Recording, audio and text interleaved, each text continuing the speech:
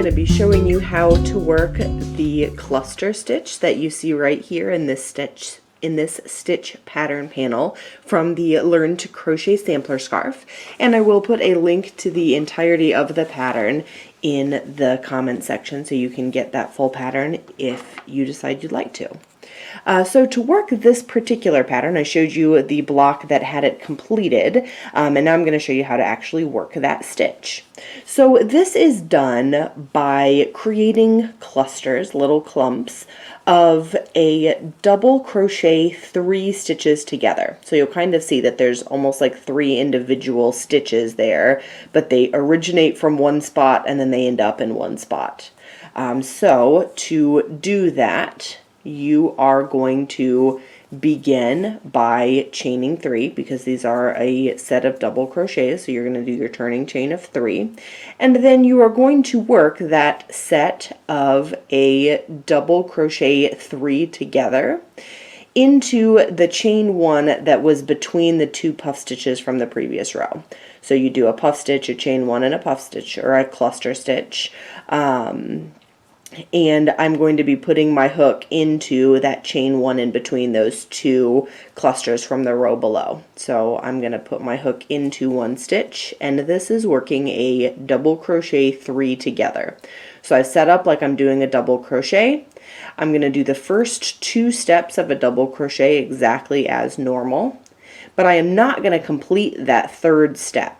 What I'm going to do instead is I'm going to work the first 2 steps of a second double crochet. So I wrap my yarn around, I put my hook through that exact same spot where I went the last time, and I'm going to complete the first 2 steps of a second double crochet stitch. You'll notice I now have 3 loops on my hook. So you normally have 1 loop. I worked the first 2 steps but did not complete the first double crochet, and so I have a second loop from that. And then I completed the first 2 steps but not the 3rd step for a second double crochet, and I have the loop from that. I'm now going to wrap my yarn around my hook 1 time and put it in that exact same spot again and complete the first 2 steps of a 3rd double crochet. And now I have 4 loops on my hook. And I'm now going to wrap my yarn around, and I'm going to bring it through all 4 loops on my hook.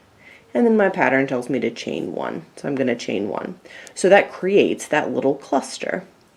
My pattern now tells me to work another cluster into the chain 1 between the 2 clusters from the row below. So I'm going to continue to do that all the way across.